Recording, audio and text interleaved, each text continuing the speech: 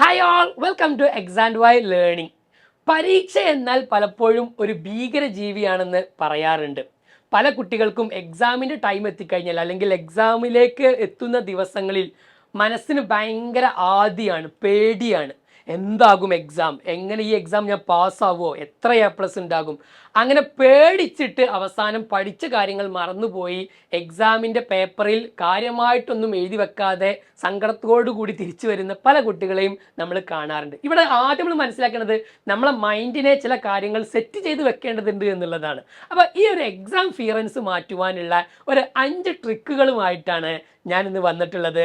Video എന്ത് ചെയ്യുക, മുഴുവനായിട്ട് വാച്ച് ചെയ്യുക. ഉപകാരപ്പെടുമെങ്കിൽ നിങ്ങളെ കൂട്ടുകാർക്ക് കൂടി ഷെയർ ചെയ്യുക. അപ്പോൾ എങ്ങനെയൊക്കെ നമുക്ക് എക്സാമിൻ്റെ പേടി മാറ്റിയെടുക്കാൻ സാധിക്കും എന്നുള്ളതാണ്. ഏറ്റവും നമ്മൾ ആദ്യം മനസ്സിലാക്കേണ്ടത് നമ്മൾ ചില കാര്യങ്ങൾക്ക് പെർഫെക്റ്റ് ഓക്കെ ആയിരിക്കണം എന്നുള്ളതാണ്. എന്താണ് ഞാൻ അതുകൊണ്ട് ഉദ്ദേശിച്ചത് വെച്ച് കഴിഞ്ഞാൽ, നമ്മൾ ഏതൊരു കാര്യമാണെങ്കിലും എക്സാമിന് ആർക്കേ പേടി ഉണ്ടാവുള്ളൂ, അതിൽ ഒന്നും പഠിക്കാതെ അല്ലെങ്കിൽ പകുതി മാത്രം പഠിച്ചു വെച്ച ഒരു കുട്ടിക്കായിരിക്കും പേടി ഉണ്ടാവുക. മുഴുവൻ പഠിച്ച് എല്ലാ കാര്യങ്ങളും സെറ്റാണെന്ന് വിചാരിച്ച ഒരു കുട്ടിക്ക് എക്സാമിന് എന്തുണ്ടാവില്ല, ഓട്ടോമാറ്റിക്കലി പേടി ഉണ്ടാവില്ല. സോ സ്റ്റാർട്ടിങ് ഏർലി, ആ എക്സാമിൻ്റെ തലേന്നിരുന്ന് പഠിക്കാതെ വളരെ നേരത്തെ തന്നെ വളരെ പ്രിപ്പറേഷനോട് കൂടിയിട്ട് എന്ത് ചെയ്യുക, പ്ലാനിങ്ങോട് കൂടിയിട്ട് നമ്മൾ എക്സാമിനെ പ്രിപ്പയർ ചെയ്യുക എന്നുള്ളതാണ് ഒന്നാമതായിട്ടുള്ളത്. ആ ലാസ്റ്റ് മിനിറ്റ് ക്രാമിങ് എന്ത് ചെയ്യുക, നമ്മൾ ഒഴിവാക്കുക അല്ലേ. ചില കുട്ടികൾ എക്സാമിന് പോകുന്ന ആ ടൈമിൽ അരമണിക്കൂർ മുമ്പായിരിക്കും എന്ത് ചെയ്യുക, അവൻ്റെ ഹാൾ ടിക്കറ്റും പെന്നും ബോക്സും വരെ റെഡിയാക്കി വെക്കുന്നത്. അതൊക്കെ ഒഴിവാക്കി വെക്കണം. അതൊക്കെ അവസാന ഗതിയിൽ ലാസ്റ്റ് ബസ്സിനും വേണ്ടിയിട്ട് ഓടുന്ന അവസ്ഥ ഒന്നും എന്ത് ചെയ്യരുത്, നമുക്ക് ഉണ്ടാവരുത്. അഥവാ അതടക്കമുള്ള എക്സാമിൻ്റെ ആ ദിവസം അടക്കമുള്ള കാര്യങ്ങൾക്ക് എന്ത് ചെയ്യുക, നമ്മൾ നേരത്തെ ഏർലി സ്റ്റാർട്ട് ചെയ്യുക എന്നുള്ളതാണ്. രണ്ടാമത്, reviewing the materials consistently over time അല്ലേ. നമ്മൾ റിവൈസ് ചെയ്യുക എന്നുള്ളതാണ് പേടി മാറാനുള്ള ഏറ്റവും ഈസി ആയിട്ടുള്ളത്. പുതിയ കാര്യങ്ങൾ എക്സാമിൻ്റെ തലേന്ന് ഇരുന്ന് എന്ത് ചെയ്യരുത്, പഠിച്ചുകൊണ്ട് പ്രത്യേകിച്ച് കാര്യമില്ല. അല്ലെങ്കിൽ ചില കുട്ടികളൊന്നും ഉണ്ടാവും, എക്സാം ഹാളിലേക്ക് കയറിയതിൻ്റെ മുന്നേ ടെക്സ്റ്റ് ബുക്കും നോട്ട് ബുക്കും എടുത്ത് ഭയങ്കര പഠിപ്പുണ്ടാവും. എന്തെങ്കിലും കാര്യമുണ്ടോ, ഇല്ല. പഠിച്ചത് കൂടി കൺഫ്യൂസ്ഡ് ആവുക എന്നല്ലാതെ ആ ഒരു സമയത്ത് നമുക്ക് ടെൻഷൻ കൊണ്ട് എന്ത് ചെയ്യൂല, പുതിയതായിട്ടൊന്നും തലയിൽ കയറൂല. അപ്പോൾ കുറച്ച് മുമ്പേ തന്നെ പ്രിപ്പയർ ചെയ്ത് വെച്ച് അത് റിവൈസ് ചെയ്ത് ഞാൻ അതിൽ എന്ത് ക്വസ്റ്റ്യൻ വന്നാലും എനിക്ക് കിട്ടും. പല പല ചോദ്യങ്ങൾ നമ്മൾ തന്നെ ഉണ്ടാക്കി ഒന്ന് സ്വയം ചോദിച്ചു കഴിഞ്ഞാൽ, ഇന്ന ക്വസ്റ്റ്യനൊക്കെ വന്നു കഴിഞ്ഞാൽ എങ്ങനെ ഞാൻ ആൻസർ ചെയ്യും എന്നൊക്കെ ആദ്യമേ പ്ലാൻ ഉള്ള ഒരാൾക്ക് ഒരിക്കലും പ്രശ്നമുണ്ടാവില്ല, പേടി ഉണ്ടാവില്ല.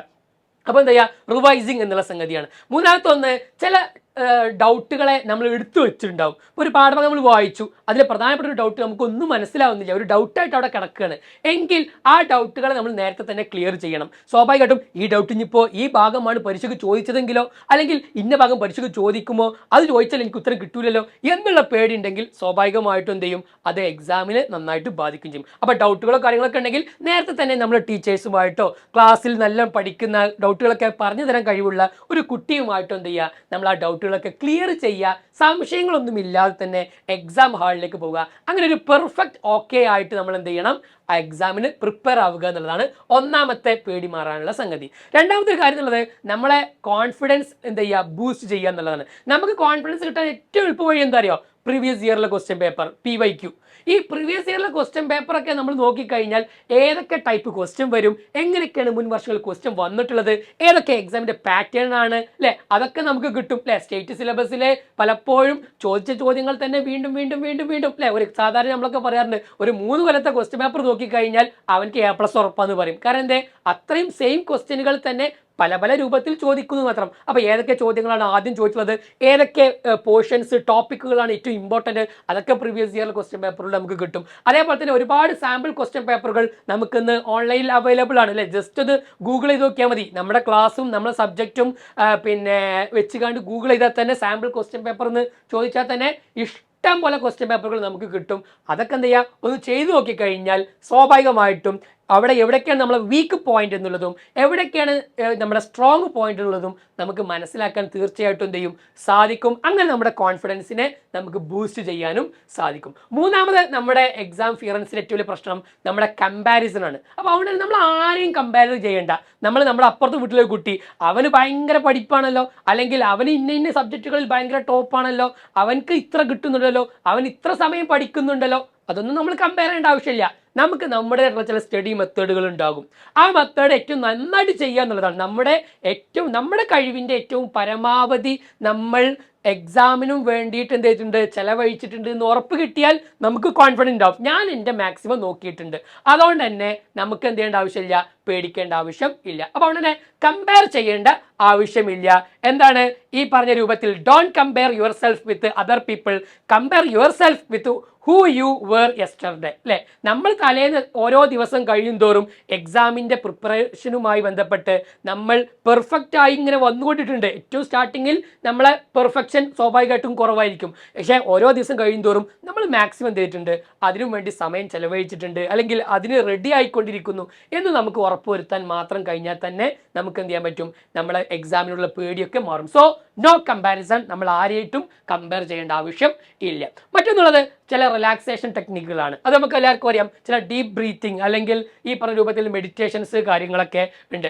സാധാരണ നമ്മൾ പറയാറുണ്ട് അല്ലേ, പ്രയർ എന്നുള്ളത് വളരെ ഇമ്പോർട്ടൻറ്റ് റോളായിട്ട് എക്സാമിൻ്റെ സീസണിൽ എല്ലാവരും ഭയങ്കര ഭയഭക്തി ഉള്ളവരായിട്ട് എന്ത് ചെയ്യാറുണ്ട്, പലപ്പോഴും മാറാറുണ്ട്. കാരണം എന്താ വെച്ച് കഴിഞ്ഞാൽ നമ്മൾ ചെയ്യേണ്ട കാര്യങ്ങളൊക്കെ ചെയ്തിട്ട് ബാക്കിയുള്ളതൊക്കെ മുകളിലുള്ള ആൾക്കാർ വിട്ടുകൊടുത്ത് എക്സാമിന് എന്ത് ചെയ്യുക, കോൺഫിഡൻറ്റോട് കൂടി പോവുക എന്നുള്ളത് ഒരുപാട് കുട്ടികൾ അപ്ലൈ ചെയ്യുന്ന ഒരു സംഗതിയാണ് അല്ലേ. അപ്പോൾ ആ രൂപത്തിൽ ചെയ്യേണ്ട കാര്യങ്ങൾ ചെയ്താൽ ബാക്കി ചെയ്യേണ്ടത് ആരാണ്, മുകളിലുള്ള ഒരാളാണ് എന്നുള്ള ഒരു ചിന്ത നമ്മുടെ മനസ്സിലുണ്ടെങ്കിൽ സ്വാഭാവികമായിട്ടും അത് നമ്മുടെ പേടിയെ നന്നായിട്ട് മാറ്റാൻ എന്ത് ചെയ്യും, ഹെൽപ്പ് ചെയ്യും എന്നുള്ള സംഗതിയാണ് അവിടെ ഉള്ളത്. അപ്പോൾ ചില റിലാക്സേഷൻ ടെക്നിക്കുകളും കാര്യങ്ങളൊക്കെ എന്ത് ചെയ്യാം, നമുക്ക് ആ നിലക്ക് യൂസ് ചെയ്യാൻ സാധിക്കാം.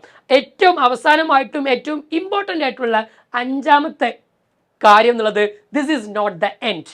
എക്സാം എന്നുള്ളത് ലൈഫിൻ്റെ എൻഡ് അല്ല.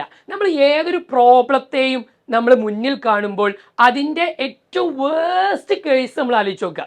എക്സാമിന് നമ്മൾ തോറ്റു എന്ന് തന്നെ വിചാരിക്കുക, നമ്മൾ വിചാരിക്കാത്തൊരു ക്വസ്റ്റ്യൻ പേപ്പർ വന്നു, അല്ലെങ്കിൽ എക്സാമിന് നമ്മൾ പ്രതീക്ഷിക്കാത്ത ചോദ്യങ്ങൾ മാത്രമാണ് വന്നത് എന്ന് വിചാരിച്ചോളൂ. അങ്ങനെ ഒരു കേസ് ഉണ്ടെങ്കിൽ, ഏറ്റവും വേസ്റ്റ് കേസ് ആലോചിച്ച് നോക്കുക നമ്മൾ, ഉണ്ടെങ്കിൽ എന്താ സംഭവിക്കുക, മാക്സിമം എക്സാമാണ് തോറ്റു എന്ന് വിചാരിച്ചിട്ട് അത് നമ്മുടെ ലൈഫിൻ്റെ അന്ത്യമാണോ? ഒരിക്കലും അല്ല അല്ലേ. പണ്ടത്തെ കുട്ടികളൊക്കെ പറഞ്ഞു കേൾക്കുന്നുണ്ടായിരുന്നു, ചില എക്സാമുകളൊക്കെ എന്ത് ചെയ്തു, തോറ്റു, അതോടുകൂടി അയാളും കേട്ട് സൂയിസൈഡ് ചെയ്യുന്ന രൂപത്തിലൊക്കെ ഉള്ള പല കാര്യങ്ങളും പണ്ടൊക്കെ പറഞ്ഞു കേൾക്കാം അല്ലേ. അപ്പോൾ ഈ പറഞ്ഞ ലൈഫിൻ്റെ എൻഡ് അല്ല ഒരു എക്സാം അല്ലേ. ഈ പറഞ്ഞ പല എക്സാമുകളും തോറ്റ ആളുകൾ വിജയിച്ചിട്ടില്ല, ലൈഫിൽ വിജയിച്ചിട്ടുണ്ട്. ആ പറഞ്ഞ എക്സാം എന്ന് പറയുന്നത് നമ്മുടെ ഈ പറഞ്ഞ അക്കാഡമിക് ജേണിയിലെ ഒരു പോയിന്റ് മാത്രമാണ്. അവിടെ നമ്മൾ വിചാരിച്ച രൂപത്തിലുള്ള ഒരു പെർഫോമൻസ് സാധ്യമാക്കാൻ പറ്റില്ലെങ്കിലും കിട്ടിയ സ്ഥലത്ത് നമുക്ക് ഏറ്റവും മാക്സിമം എന്ത് ചെയ്യാൻ പറ്റും. അപ്പോൾ നമ്മൾ നന്നായിട്ട് പഠിച്ചു, പക്ഷേ ആ സബ്ജക്റ്റിൽ നമ്മൾ വിചാരിച്ച ഒരു A+ കിട്ടില്ല എന്ന് വിചാരിച്ചോ, അത് കാരണം നമ്മൾ മാർക്ക് കുറഞ്ഞു എങ്കിൽ കുഴപ്പമൊന്നുമില്ല. നമുക്ക് എവിടെയാണോ അടുത്ത നെക്സ്റ്റ് അഡ്മിഷൻ കിട്ടിയത് അവിടെ നമ്മൾ മാക്സിമം എന്ത് ചെയ്യുക, ട്രൈ ചെയ്യുക, നമ്മളെ ഏറ്റവും നല്ല ബെസ്റ്റ് പെർഫോമൻസ് നമ്മൾ പുറത്തെടുക്കുക. അങ്ങനെയും നമുക്ക് എന്ത് ചെയ്യാം, ലൈഫിൽ എന്ത് ചെയ്യാൻ പറ്റും, ഇവിടെ ഒരിടത്ത് താഴ്ന്നാൽ പോലും അപ്പുറത്ത് നമുക്ക് ഉയർച്ച ഉണ്ടാകും. നമ്മൾ എത്ര എഫേർട്ട് ഇടുന്നു എന്നുള്ളിടത്താണ് പ്രാധാന്യമുള്ളത്. ഒന്നും ചെയ്യാതെ ഞാൻ ഈ തോറ്റു എന്ന് പറഞ്ഞതിൽ പ്രത്യേകിച്ച് അർത്ഥമൊന്നുമില്ല. നമ്മൾ മാക്സിമം ചെയ്തിട്ടുണ്ട് എങ്കിൽ നമുക്ക് പേടിക്കേണ്ട ഒരു ആവശ്യവും ഇല്ല. ഈ പറഞ്ഞ എക്സാം, അത് ഏത് എക്സാം ആയിക്കോട്ടെ, ലൈഫിൻ്റെ എൻഡ് അല്ല എന്ന് നമ്മളെ മനസ്സിനെ വിശ്വസിപ്പിച്ചു കഴിഞ്ഞാൽ നമുക്ക് പഠിക്കാനും കൂടുതൽ കാര്യങ്ങളിൽ ഇടപെടാനൊക്കെ എന്ത് ചെയ്യും, സാധിക്കും. വളരെ കോൺഫിഡൻറ്റോട് കൂടി ഒരു എക്സാം ഫിയറൻസും ഇല്ലാതെ നമ്മൾ എന്ത് ചെയ്യുക, നേരത്തെ തന്നെ അല്ലേ, ഒരു റൂട്ടിലേക്ക് നമ്മൾ പോകുമ്പോൾ, ഒരു സ്ഥലത്തേക്ക് നമ്മൾ പോകുമ്പോൾ അവിടേക്കുള്ള വഴി നമുക്ക് അതിനെക്കുറിച്ച് കൃത്യമായ പ്ലാനിംഗ് ഉള്ളവർക്ക് പേടിക്കേണ്ട ആവശ്യമില്ല. നേരെ മറിച്ച് നമുക്ക് എക്സാം ആകുന്ന ആ ഒരു ഡെസ്റ്റിനേഷനിൽ എത്തണം എന്നുണ്ടെങ്കിൽ സ്വാഭാവികമായിട്ടും എന്ത് ചെയ്യണം, അതിലേക്കുള്ള വഴികളൊന്നും അറിയാതെ നേരെ ചാടിക്കേറിപ്പോയാൽ സ്വാഭാവികമായിട്ടും എന്ത് ചെയ്യും, പല പേടിയും ഉണ്ടാകും. അതുകൊണ്ട് തന്നെ ഏറ്റവും കൃത്യമായ പ്ലാനിങ്ങോട് കൂടിയിട്ട് കൃത്യമായ സ്ട്രാറ്റജികൾ ഉപയോഗിച്ചുകൊണ്ട് നമ്മുടെ എക്സാമിന് വേണ്ടിയുള്ള പ്രിപ്പറേഷൻ നമ്മൾ ഇപ്പോൾ തന്നെ തുടങ്ങുക. സ്വാഭാവികമായിട്ടും എന്ത് ചെയ്യും, നമുക്ക് ഒരു പേടിയുമില്ലാതെ എക്സാമിനെ ഫേസ് ചെയ്യാൻ സാധിക്കും. ആ രൂപത്തിൽ നമ്മൾ മുന്നോട്ട് പോവുക. Thank you all, see you soon, good by.